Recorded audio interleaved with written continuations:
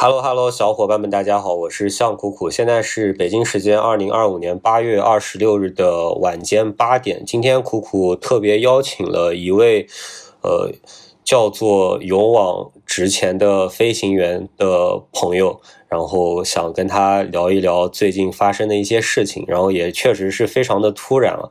昨天我看见了他在网上公布的被公司处分的一个通告，然后我个人是不太能理解的，然后也是联系到了这位大哥某行李波同志，然后跟大家先介绍一下自己吧，哥。好，大家好，我叫李波，可能网上有些朋友认识我，因为我之前站出来做过一些比较勇敢的事情，所以在这个更改机型啊，更换基地啊之后啊，经历了前后大概4年左右的停飞吧，从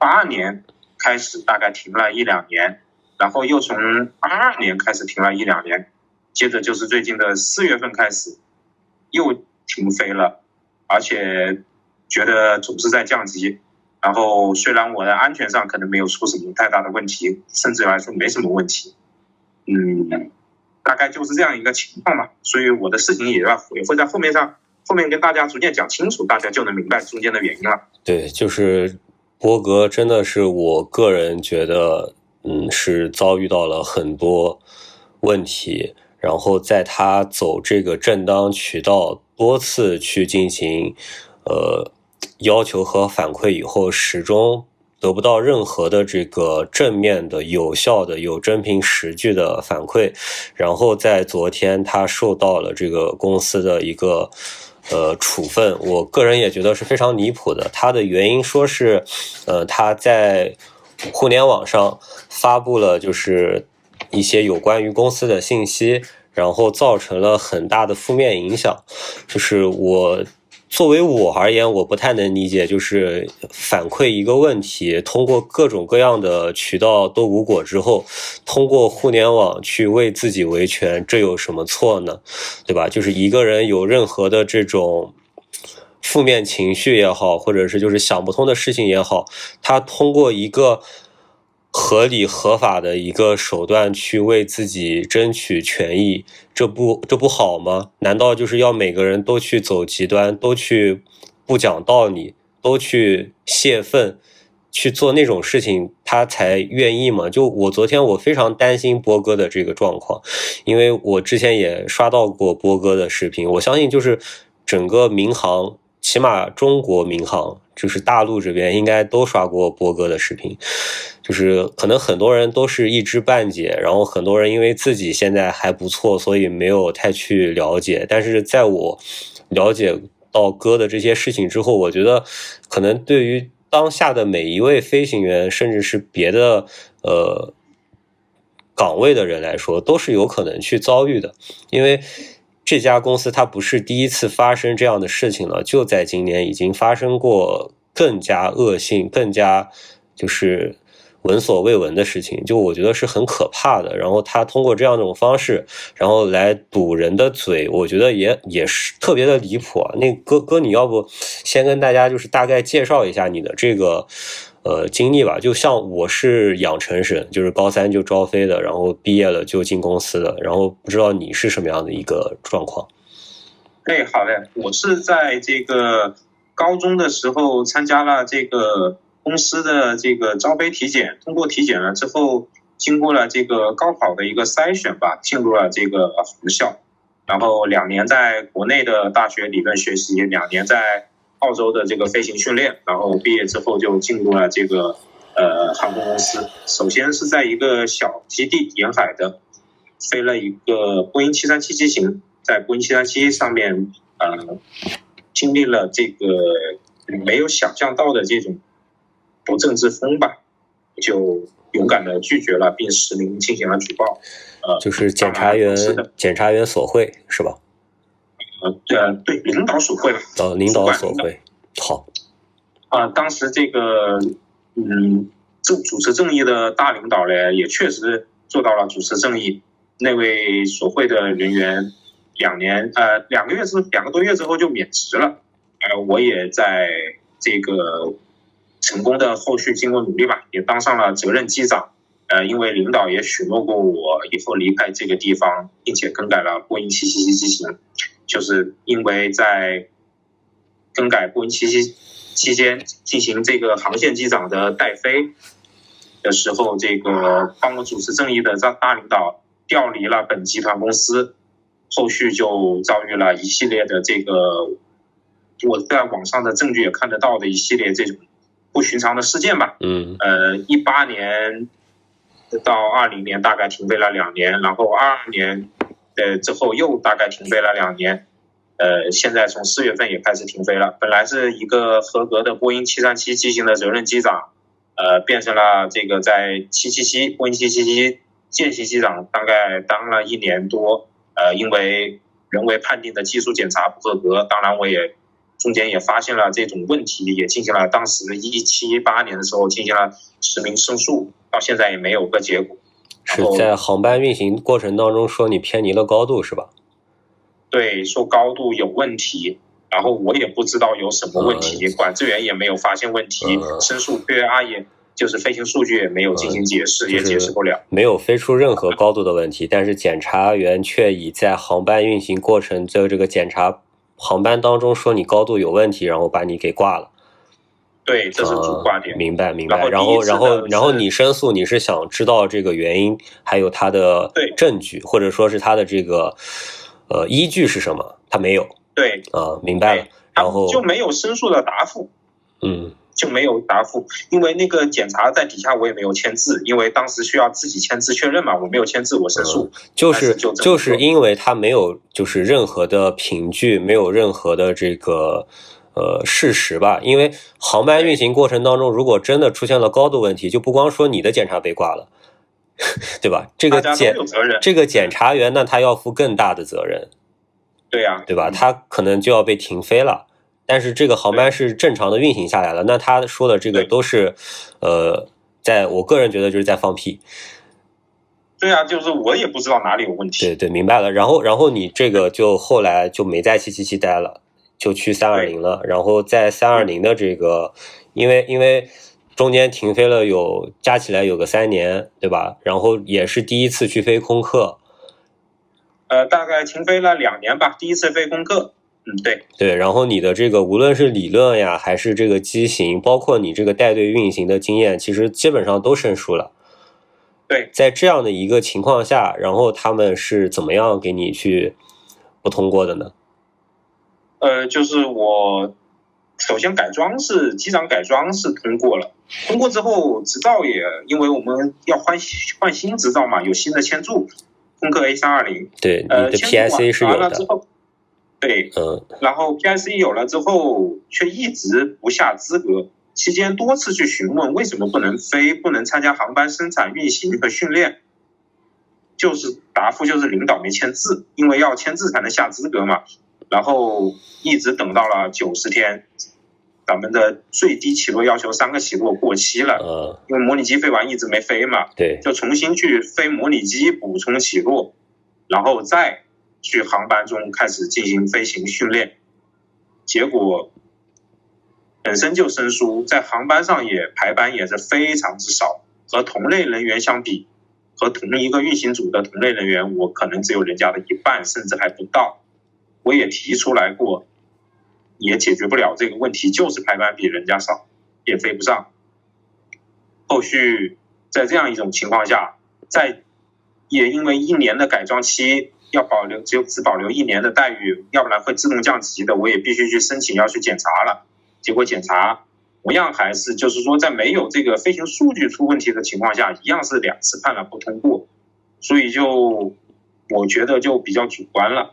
哥，那这2次都是模拟机的对吧？航班都是航班上不通过。对。然后想要依据，接着又是在320的复训不通过。320复训不通过是什么原因呢？他说我当时全程没做机长广播，然后单发之后没开7700，然后我认为是无中生有，搞了一个说什么忘调复飞高度，然后还说了一个什么乱七八糟的是啥呀？下降的时候说我漏调了一个什么的忘记转换那个的标准气压、修正海压的转换。那它这个其实我们就是正在下穿过的时候，它出来一个科目，然后那个ECOM一闪一显示，我们两个并没有忘，飞机还在下，我们两个赶紧去处置那个ECOM，在飞机还没有到高度之前，我们还是把它换过来了。他就是抓了这个点，明白哥。巧。那个我想问的就是，你申诉的其中包含这个320复训被挂吗？没有，因为当时320这个事情发生了之后，复训发生之后，我就认为这个是那太主观和故意了，我觉得再去申诉也没什么意义了。然后公司本来是想协助让我离开这个集团公司，去一个你想能找到哪就去哪的。本来我也找好了一个下家的，只可惜和我对接的那位领导在对接的过程中自己离开了。然后因为他也是从本集团出去的，我跟他讲了我的事之后，他作为当时的小公司的一个主管招飞的一个大领导，他很认同我和很同情我，也很想跟我帮忙，所以他就在他的层面他跟我拍板，他接收了。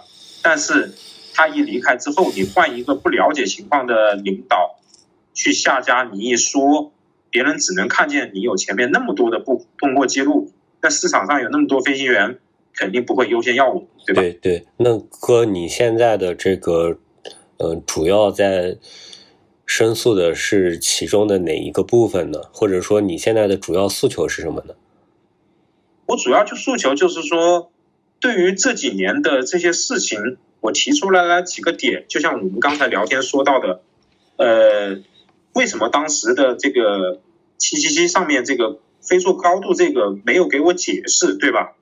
我申诉6年了都没有给我解释，然后再有这个，比方说在前面的那次检查，隔了4个月才通知我检查结果，在这个过程中有领导已经把这个短信告诉我了，这个说这个通过发信息告诉我让我去公关某人，这个里面也有，还有就是说这个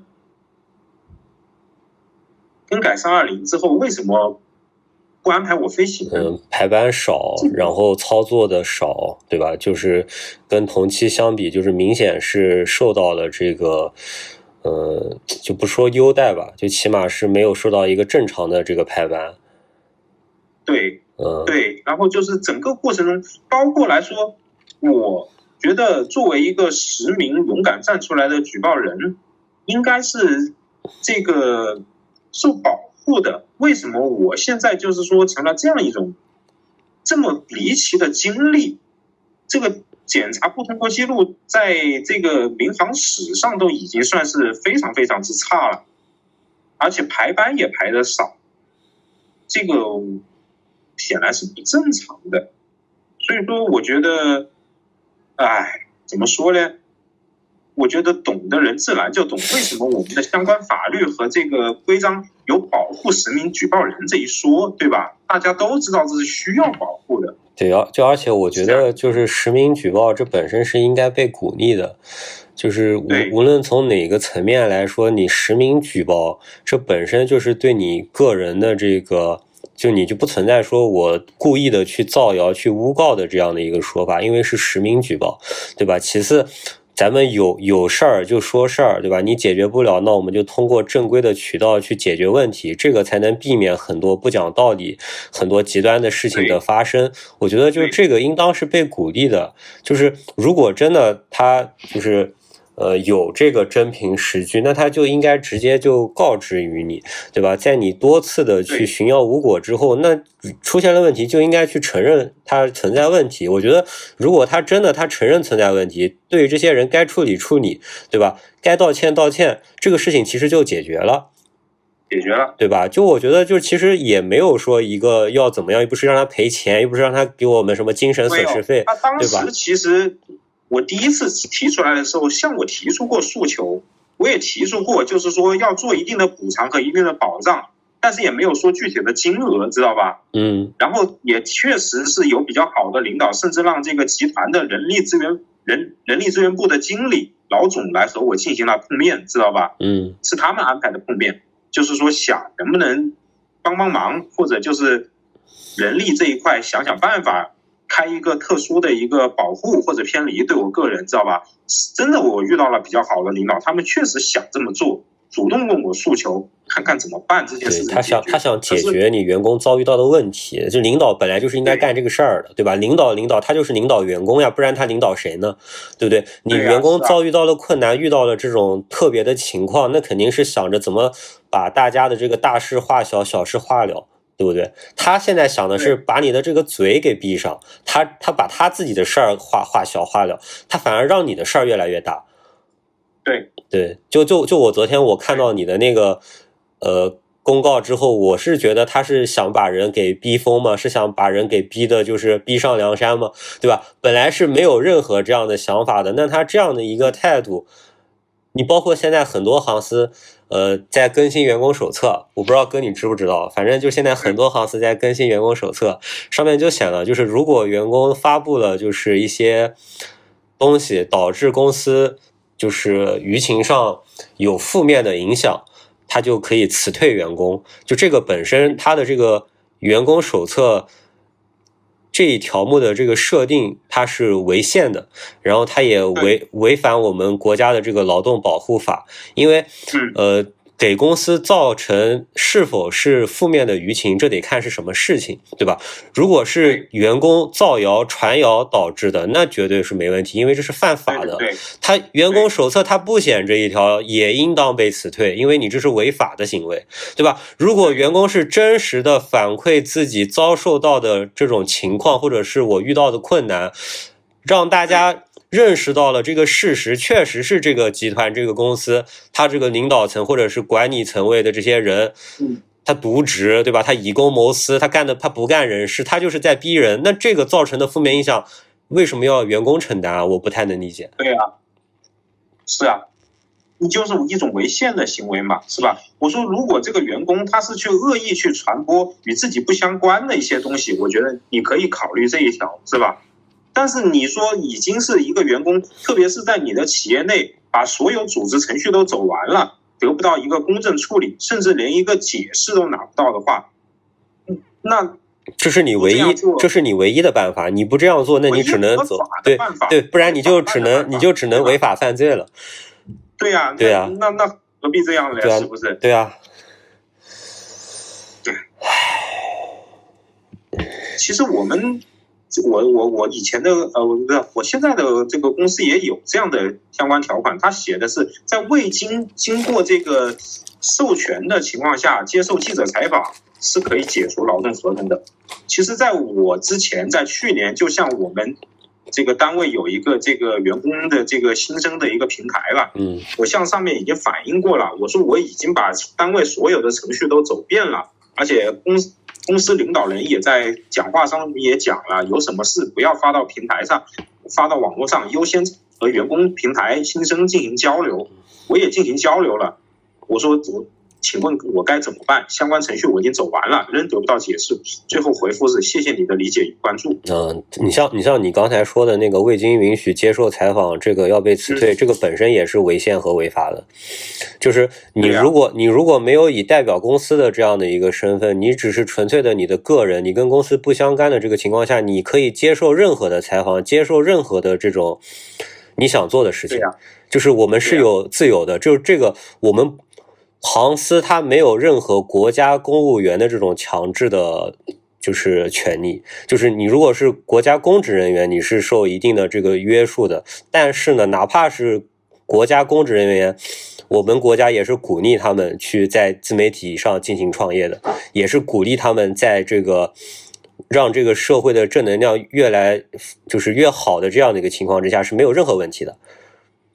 对呀，所以说我觉得主要还来看是什么情况，就是说一个员工如果是恶意去散播自己公司的负面情况、负面信息，是不怀好意的，那应该作为一个公司来讲，我是领导，我也不会待见这个员工，是吧？对。但是说这个员工他是因为自己的亲身经历得不到实际情况的解决，只能通过这种发声来求助的话，那我应该就是说要区分看待这个问题对，了。他应该反思是不是这个管理体系的问题，对吧？而且在你这个期间还发生了更加恶劣的，同样是这个集团公司的飞行员还是机长的情况。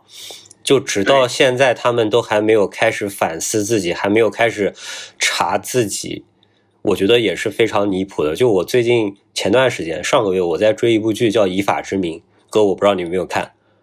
没有。很好看，我推荐你去看一看，就是讲的是检察机关的一个由真实案件去改编的一个反腐反黑的一个电视剧，我觉得非常好。哎，哥你先说吧，你先说。我先说吧。首先来说，作为员工来讲，没有谁希望自己的公司不好。我到现在我也希望我的公司更好。但是就是说，当遇到问题的时候，我更希望就是说，就事论事的来看问题，哪怕是解决不了，应得诉求也好，怎么样也好，你要让人看到，就是说公司在努力在找好的方向去解决，对，咱们大家都能接受，而不是就是你把东西一放就这样了，你愿意就愿意，不愿意拉倒。或者怎么样，这样肯定你到哪里也不是一个解决问题的一个渠道，对吧？对，这还同样我们很不尊重人。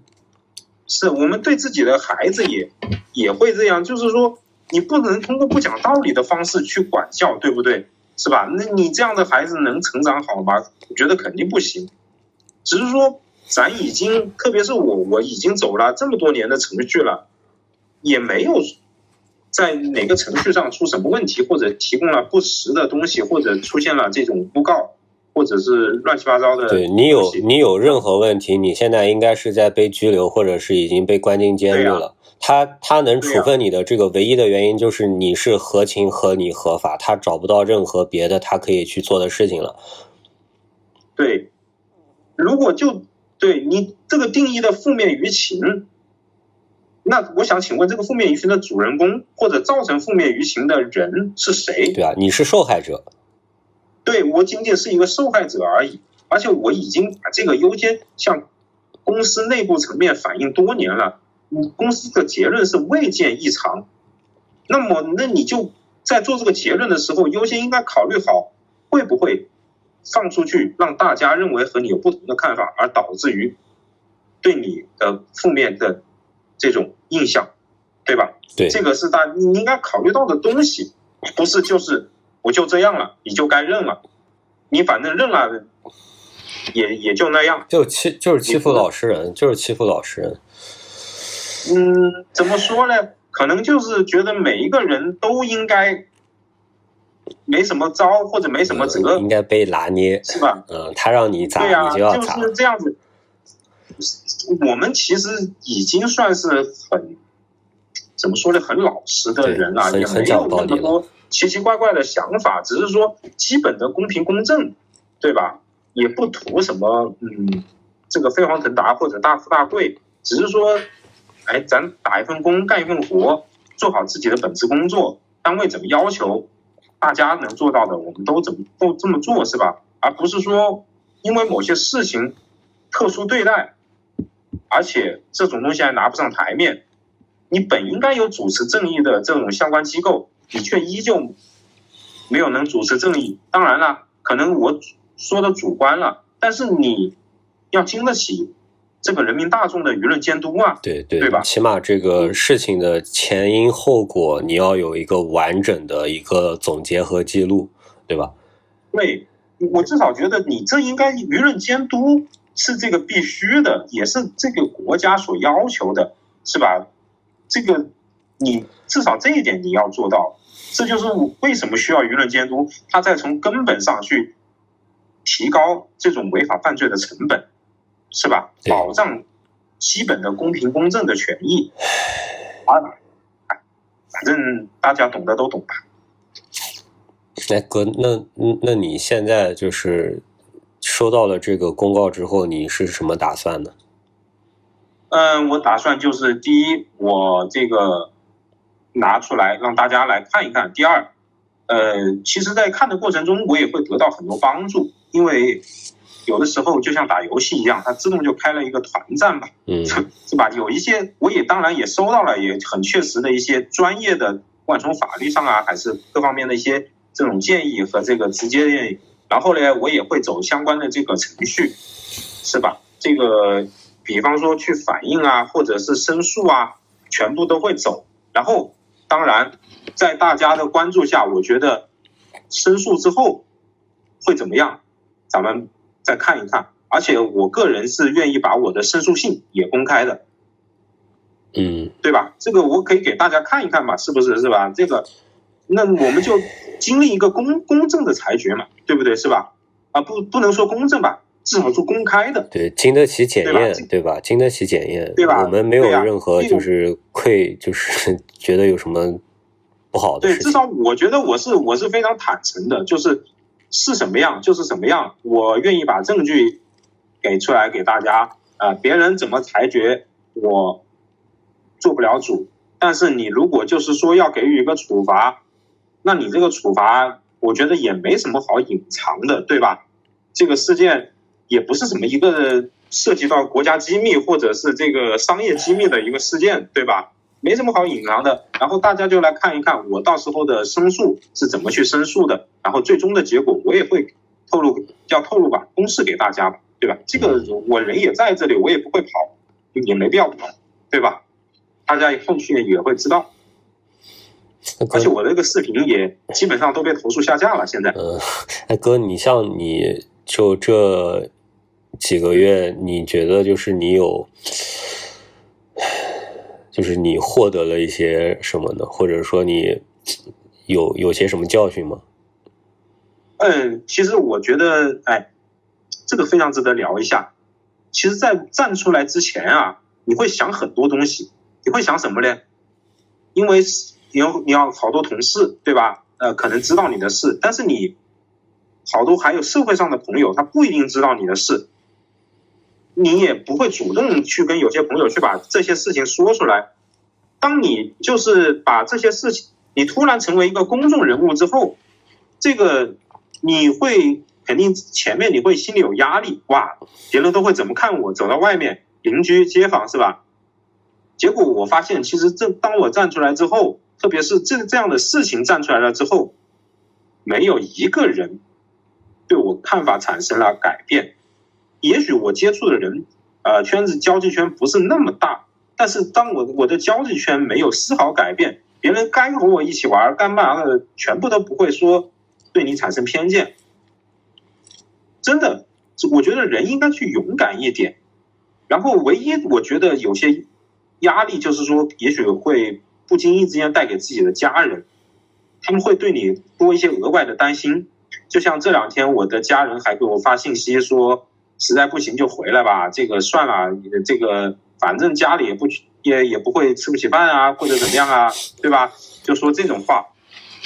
那肯定啊，我作为家人，我的家人这样子也会有所担心，对吧？万一情绪受不了嘞，特别是我家人当然也知道上个月1号发生的事情啊，对吧？也担心我去效仿别人嘞，是吧？肯定家人也不希望发生这种事嘛，对吧？对，这个没有任何人希望的，肯定都是希望就是能活下来。我们都不希望发生，但是说我们都要努力。怎么努力呢？就基本的公平公正的方向咱们应该有，对吧？对，起码不能做到万事公平啊。对，起码让人有这个方向在走。对，起码有人就是有这个申诉的渠道。如果连这样的渠道都没有，那就是把人给逼疯了。是有，但是你要用起来，你得就是说，确实是按照一个公正的客观来做，而不是 对吧？你设一个渠道，最后说的东西跟实际不相符。对，没有用的渠道，它不叫渠道，对不对？对。我个人认为是因为这个实名的做了一些勇敢的行为之后，然后遭遇到了一种不正之风的对待，然后在我把相关的证据亮出来了之后，在单位内部反映始终没得到解决，永远只有一个结论未发现异常。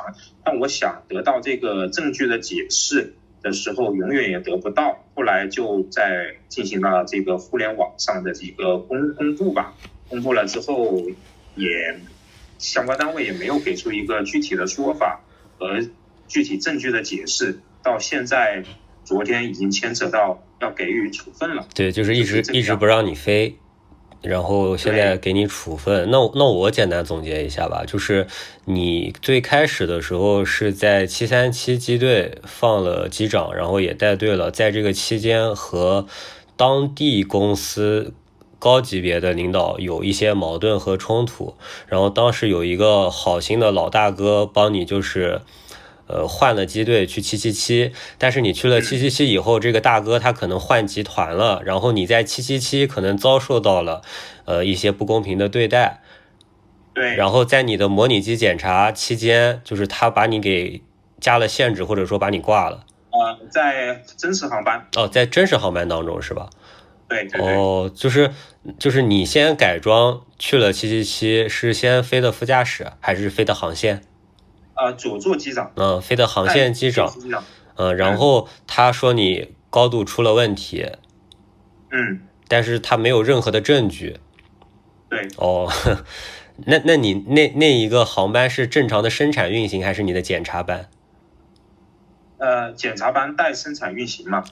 但那他这个是管制员也没有说给你们公司传任何的文件，没有任何的记录，包括 QAR 也没有任何的说，对吧？没有。那这个其实是这个检察员在当时的一种毫无根据的一种主观臆断，因为本身仪表是有误差的，仪表高度本身是有误差的。没有，他这个完全就是说了一个自己都说不清楚是什么问题的问题，结果就说高度有问题。但其实事实上高度并没有问题，因为任何高度问题，这个都是要牵扯到咱们跟空管，对吧？跟民航局的这种瓜葛，这东西都是要定性的，对吧？该是差错是差错，该是这个侦后是侦后，该怎么样都是要处理的，不可能说他检查把你挂了，他这个责任机长他一点事情没有。对吧？如果真的高度有问题，那他作为这个在座的检察员，那他是责任机长，那他更应该被处罚。对，他监控没有做到位，对吧？就是无论怎么样说这个怎么样检查，他永远是第一责任人。对呀。对，那我现在我大概搞明白了，然后就是他因为这个无凭无据的这个原因，然后把你挂了，是挂成副驾驶了吗？当时就是前面一次，他不是说高度问题，前面是我把相关手册拿出来了，他是和手册有明显的违反，就是检查完了4个月之后才通知我检查结果。我觉得这个而且中间也有好心人的提醒，要我去做一些公关，这个里面就是我有白纸黑字的证据的，所以这里面就看得出来有些人性的方面的东西了。那这个就是高度问题。那这个人跟你之前在737机队就是有瓜葛的人，他有关联吗？没有关联。明白了。就我之前我以为是一个小团体的这种。他也许就是背后的一句话的事情。对，因为这个东西很主观，完全是看他的这个心情和意愿。稍等一下，我这个猫在捣乱。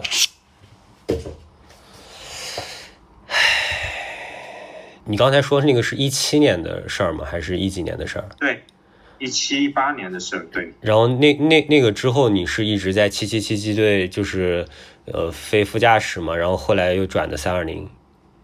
没有，当时因为这个高度的争议一直在争议，然后没有解决，然后就停飞了，可能差不多2年了，就是到20年是以机长的身份更改的这个空客 A320。那320后来是变成机长运行了吗？320因为改机型同样要经过带飞嘛，对吧？带飞在左座带飞，然后检查嘛，这个就又是一个问题了。我在模拟机飞完之后，正常就是下了执照就正常进行航班运行，或者先跟2班。但是我在下了执照之后，他90天3个起落给我搞过期了，就是不让我跟班，也不让我这个参与运行，所以等到我正式开飞，再去模拟机上补起落经历，然后再开飞。那我肯定是手上很生疏了，然后开飞之后和我相同经历的同事一模一样的经历，左右改装过来的，人家可能飞的经历时间是我的翻倍，甚至可能更多。对，所以说排班我也觉得遇到了问题，然后接着就是2次，这个恢复机长这个检查2次机会嘛，2次也是这种不明不白的吧。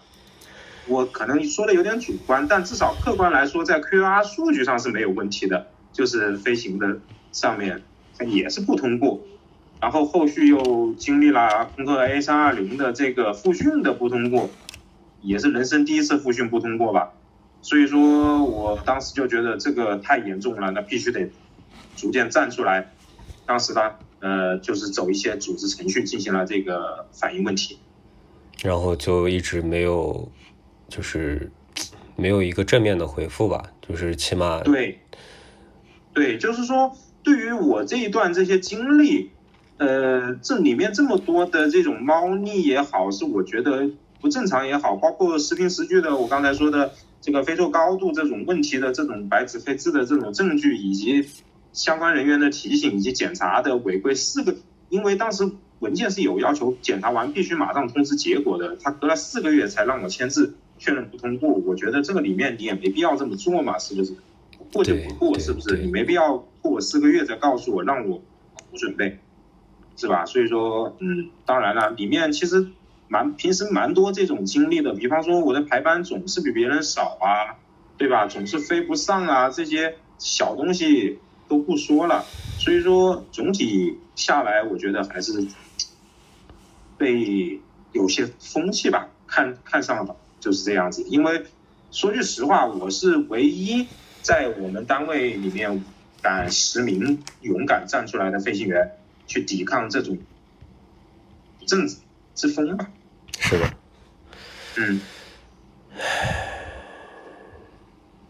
哎，你这说的我现在挺不知道怎么继续这个话题。没关系，就是说，其实对于我来说，正常这么多年走过来，这个走过来了，还有什么呢？其实我也有很多那种，比方说被技术检查完，明显你就感觉到，个人有些人是太主观了，或者是明显就是他有这种故意倾向的时候，你说那种睡不着的夜晚，我经历的多了，现在走过来了，不有那句话嘛，打不倒我的只会让我更强大，是吧？对，就是这个样子。所以说，当我面对镜头或者是拍摄这些视频站出来的时候，我觉得自己一点都没有什么好唯诺的，或者是抬不起头的。相反，我倒觉得这个行业和这个时代也许需要这种人。不光我们这个行业里有，别的行业里面也有吧，甚至现在网络上的一些，对吧？有些别的行业里面这种站出来的，他可能比我都要惨，甚至有生命危险的也不在少数。所以说这个也没啥。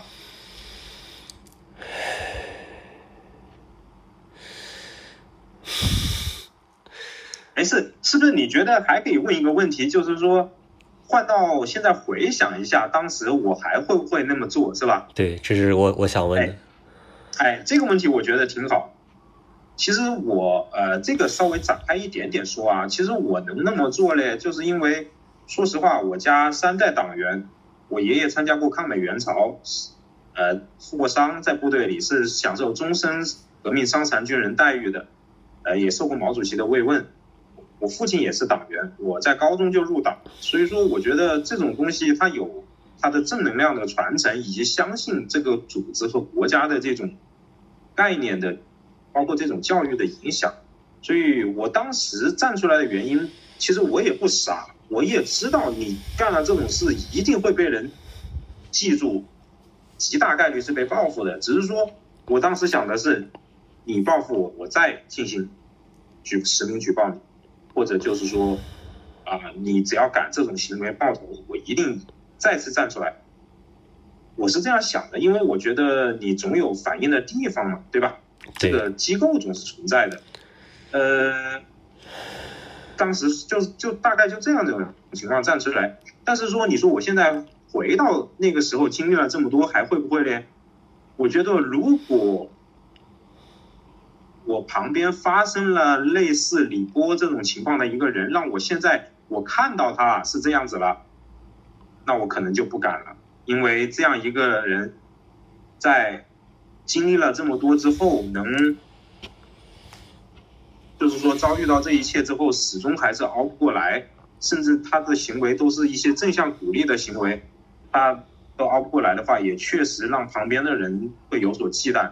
为什么你看我们要鼓励见义勇为的行为是鼓励呢？因为大家都知道见义勇为是可能要担一定风险的，比方说勇斗持刀歹徒啊这种行为，但是大家社会或者是政府还是会基本上会保障，是吧？对，如果真的出现生命意外，还会追究烈士吧，是吧？所以说往往这种行为都是一种需要去鼓励，因为大家都知道它是有风险的，而且如果真的一个见义勇为的人都没有的话，那街上不就乱了，是不是？永远的小偷都看周边的人看着都不敢吱声了，是不是？对，看着他偷，是吧？所以说我觉得就是说这种行为它确实是有风险，只是说如果我现在看到我旁边有李波这样一个人，那确实是要极其犹豫。如果我还没看到李波的话，那我觉得还是会站出来，就是这样子。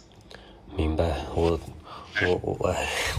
再不站出来，你还要等什么？等到你连一个副驾驶的技术检查都多次过不了吗？那连副驾驶的技术都不能胜任了吗？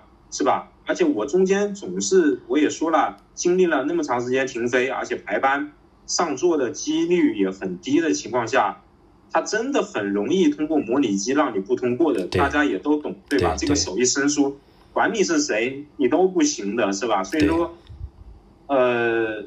好就好在我被人能说的问题呢，只有一个，就是说我飞的不行，因为我这个人讲真非常干净，没有任何的不良生活习惯，也没有他们能抓住我的别的方面的问题吧。就是说你只能在这个上面说，你不可能说我作风有问题，思想品德有问题，态度有问题。如果我真有，那绝对是无限扩大化的，只是我没有。对，就是这个样子。对，哥，我昨天看你那个发的那个文件，我其实挺困惑的，因为就是这个本身你发的这些都是事实，对吧？然后也是想要这个公司提供这个真凭实据，提供这个可以去做参考的，无论是数据也好，视频也好，或者是一些记录也好，它都提供不了。对吧？对啊，那这个所造成的这种负面影响，难道不是应该是这个公司他自己的领导干部，就是对呀，渎职，对吧？以公谋私，就是怎么能说是你给他们带来的这个负面影响来处分你呢？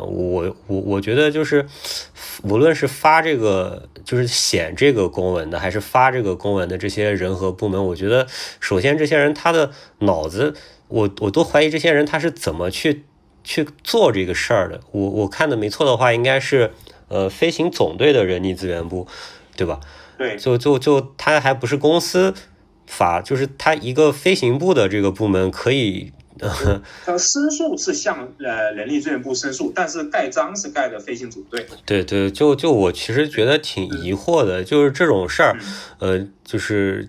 既然他说没有问题，那就提供这个证据嘛。你任何事情你要讲这个凭证，讲证据，你不然纯嘴说那这个到底是谁的问题，就我觉得这很明显呀，对吧？就是你都把别人就类似于就是否定了呀，把别人饭碗砸了呀，或者是怎么样的，那你连一个最基本的这些该存留的证据都没有，那难道不是应该说是这些领导检察员本身的这个问题吗？或者说他们本身都没有按照民航局给的这个要求去做这样的事情？是，我觉得就是说，如果你能证明我存在于证据造假，对吧？我不存在的东西拿出来，或者是我的证据没有说明性，大家都是这么检查过来的，都是4个月才通知的结果，是吧？我也可以认为你说觉得我没有问题，但是我很负责任的说，到现在为止这么多年下来，我没有得到相关证据的客观解释，说过一次，强调不许录音，结果说的东西我认为是完全和实际对不上。对啊，最后他这个他纯嘴说，那这个有什么意义呢？是啊，我说那能不能给个书面的？他不给不了。我说那你这样子就肯定不符合相关的，你不可能让人信服嘛，对吧？因为我干什么事我都是实名举报，包括我向你索要证据也是我的权利，对不对？因为你是有结论的，对吧？你的结论是已经是未发现异常了，但是你不能就是说你以这种方式来要我就这么算了，这么过去。况且我认为我做的还是比较正能量的事情，是吧？还有一点就是说，关于这个负面舆情的这个定义怎么定义，是吧？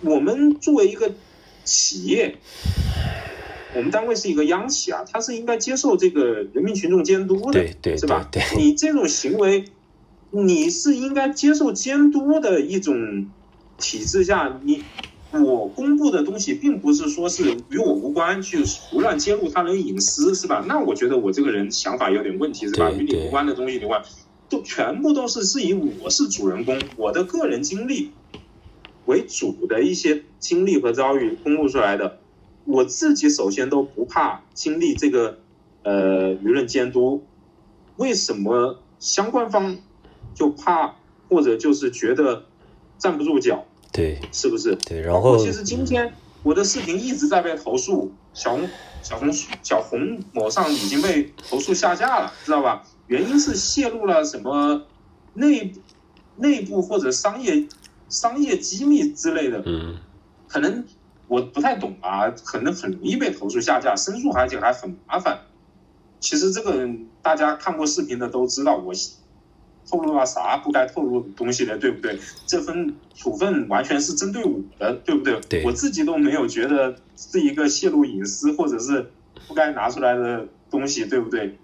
你这些东西完全经得起公示的。你说咱们大家经常能在网上看见这种警情通报或者是这个法院的判决，对吧？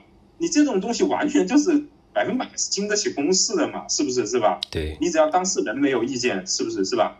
所以说我也不知道这是一种什么心态，是吧？你不要还做的这种好像是很正义凛然的行为，最后还是你怕他让大家看见，是吧？这肯定是不应该。所以第一，我选择了这种公示；第二呢，就是说我也会申诉，还有就是说我也会用自己的权利吧，向相关部门也会去做一定的反应吧。至少我认为啊，这涉嫌到一定的权利滥用了，对，就是对吧？你这个东西他这个其实是，哎哥，你听我先说，就他这个是危害国家公共安全的。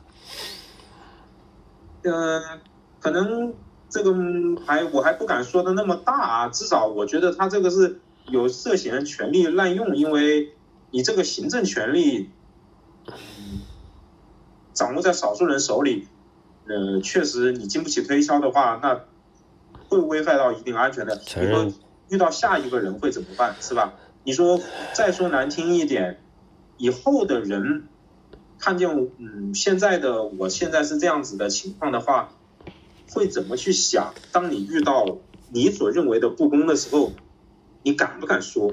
对，然后这样的一种氛围是会让人心里出问题的。就有些人他可能表面上是熬过去了，但他其实他可能就变态了，对吧？他有些人可能就抑郁了，那你就不知道他什么时候会出这个差错。反正别的行业我不知道，就对于民航飞行员来说，这个是这样的管理方式，这样的检查的手段，这样就是不给人一个真凭实据的这样的一个主观臆断，这就是在危害国家公共安全。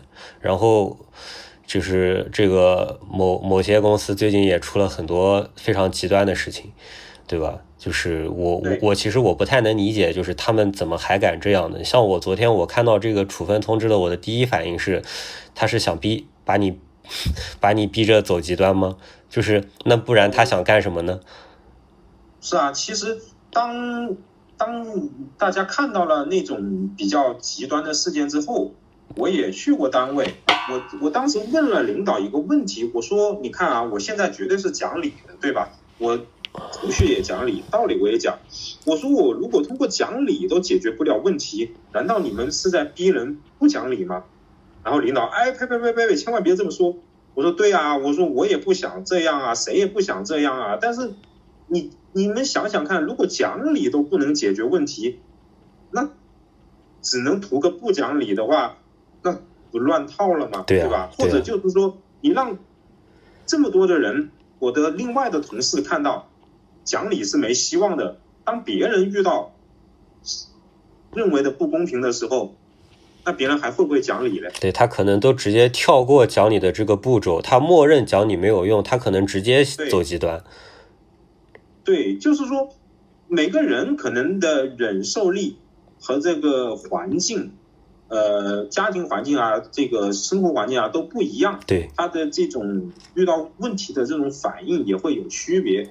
但是你一旦形成一种，如果讲理都没有用的话，10个人里面，你敢说100%都还能承受，或者是忍气吞声，或者长期忍气吞声，他会保证不出问题吗？我觉得这个不敢去想象，对吧？对，因为这个东西谁都不敢去赌，是不是？是吧？只是说，我个人是这么认为啊，就是说，这个世界100%公平是肯定没有的。我们只能就是寄希望于它朝公平的方向去发展，让这个体系更完好，体系更安全。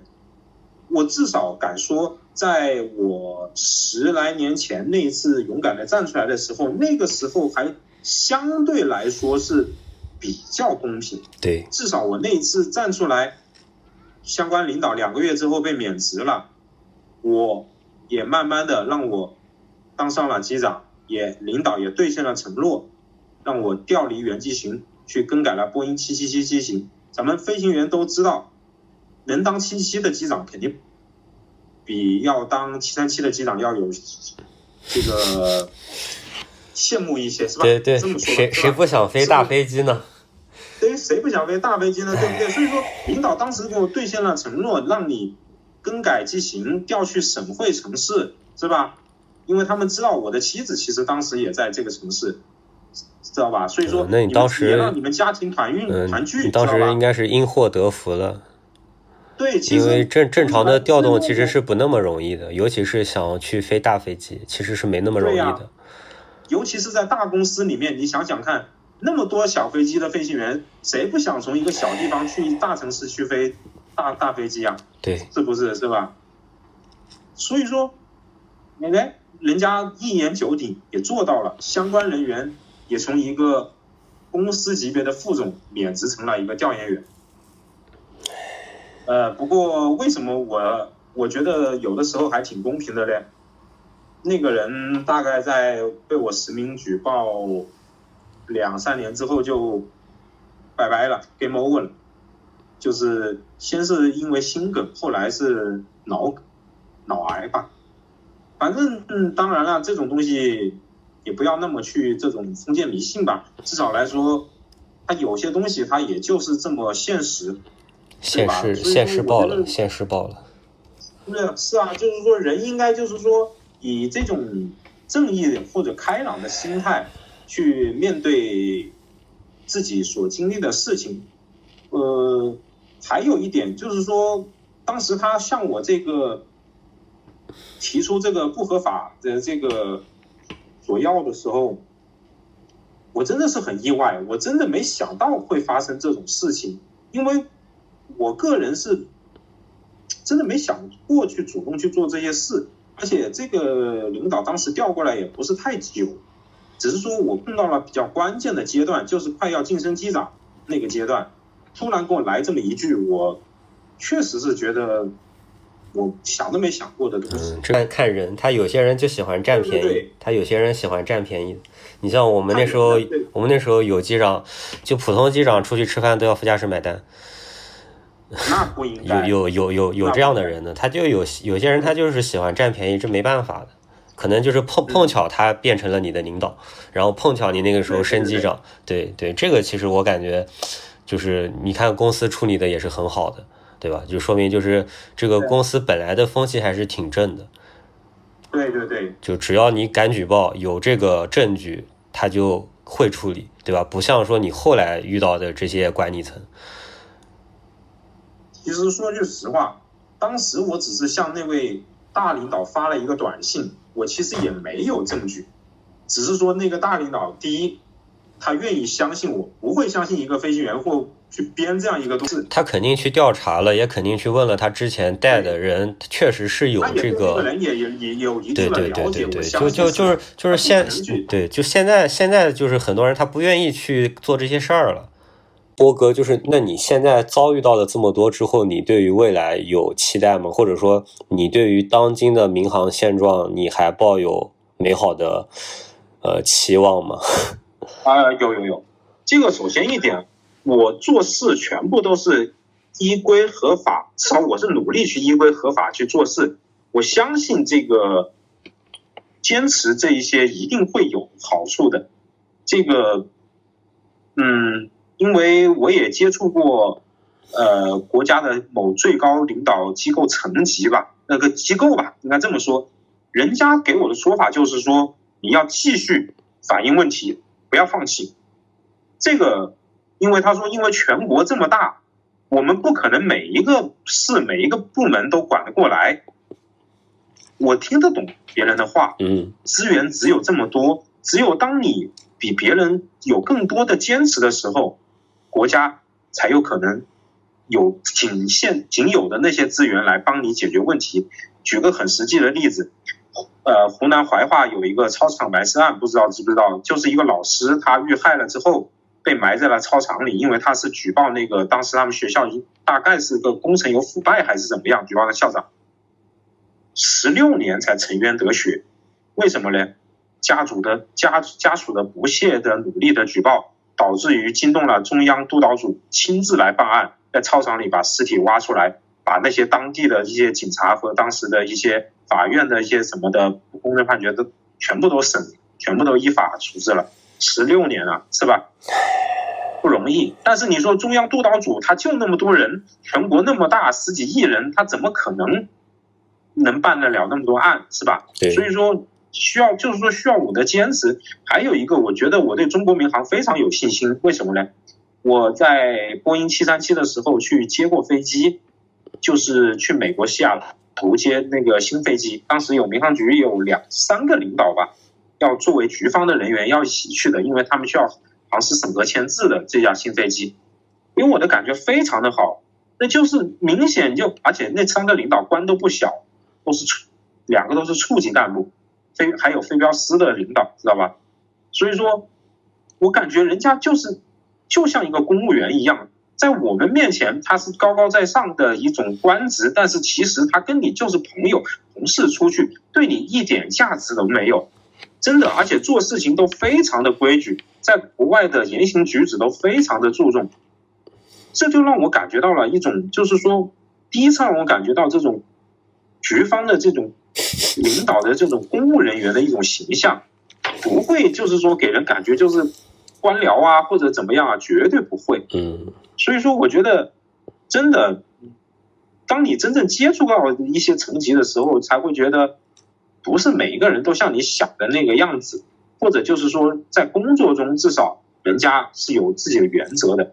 对，而且咱们中国民航说句实话，安全还是值得可信赖的。虽然经历了这么多事，我从来也不会担心自己坐飞机有什么安全问题啊，这些什么，那个真的倒是绝对不会有。只是说他在一个发展期，他肯定也会遇到一些问题，比方说我刚入职的时候对于飞行员的紧缺和现在那肯定是不一样的，对吧？那在这个环境下，那肯定它还是会有一定的问题。这也是在所难免的。对，中国民航发展的这个时间太短了，然后因为国家跟别的国家也有很大的区别，咱们的这个飞机的需求和飞行员的需求是远超绝大多数国家的，就是在这样的一个环境之下，有很多还是值得改进的地方，尤其是对于飞行员的这个管理和这个心理健康的把控，我觉得这个是还有很大的进步的空间吧。然后我个人对中国民航也是充满期望的，因为毕竟我们国家这个体量在这边，然后现在也有自己的这个国产大飞机了，后面还会有更多的这个国产机，然后再往后面就会有咱们自己的超音速的客机，这个是大势所趋。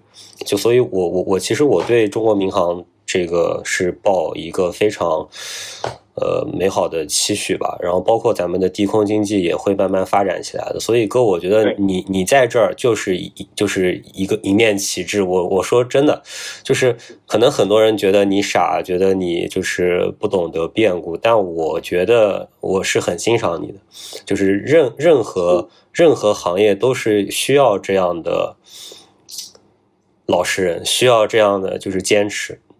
真的，我很感谢你。虽然我现在我是因为生病我中停了，就是可能在大陆是这辈子都没有任何机会飞了，但我还是很热爱飞行的。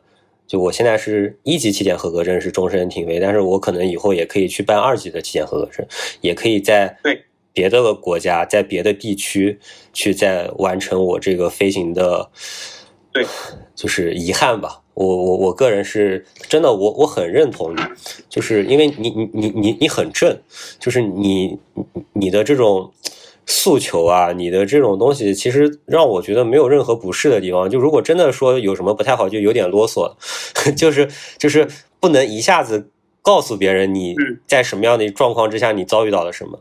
就我觉得这个是你后面可以再去看看怎么样能。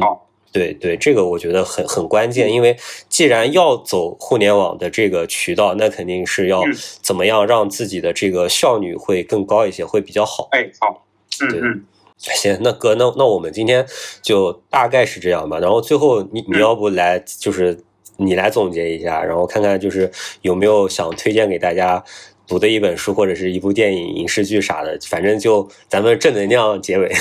好，最后总结一下啊，其实说句实话，我们谁都是希望这个社会或者这个自己所在的团体变得更好，是吧？其实作为一个网络的实名举报人，任何人站出来，他都会遇到一些正或者负的东西，尤其是当每个人在聚光灯之下，但是我觉得应该去保护一下。不光是我，其他的包括勇于站出来的人，不要去恶意去揣测别人，或者是说别人的心态有不太好的地方。因为为什么呢？因为每一个敢于在聚光灯下站出来向公众讲述历史，去想得到公众认可和帮助的人，他们内心里是相信公众的善良的，他们不会去伤害公众，更不会去做出那种极端的事情。我们也可以回看一下，没有哪一个实名举报人去做过任何非常出格的事情，往往都是因为没办法说话而憋得可能受不了，才更容易导致于一些不好的情况发生。对，心理疾病都是被憋出来的，就真的就是要允许别人发声，要允许别人争取自己的权益，只有这样大家才有自己的权益。如果每个人都被把嘴巴捂住，那就所有的这种权利就只会步步退让。对，就是说你一定是要在合理合法依据事实的情况下正能量去发生，对吧？然后还有就是推荐的电影和书呢，其实我小的时候看过一本书，就是《钢铁是怎样炼成的》。这本书真的一本老书啊，我的小学班主任推荐，然后我也看过，真的是值得去看一看，去看一看里面主人公的成长经历，对于自己确实是一种鼓励。然后我个人非常崇拜毛主席，每当有困难的时候，就想想自己的困难和主席相比，简直不值一提。包括自己所做的事情和主席相比不能叫相比就这种去看一看，他能做出那么伟大的事情，我这人用的算啥嘞？对吧？对，关键还是在坚持。对，谢谢大家。论持久战，谢谢博哥，谢谢博哥，也非常推荐大家看俄国文学啊，它其实是非常适合处于苦难的人们的，就是那本期视频就先这样了，大家如果有什么疑问或者是有什么见解的话，都可以发在评论或者弹幕里面，然后也欢迎大家关注博哥，他的这个 ID 是叫勇往直前的飞行员。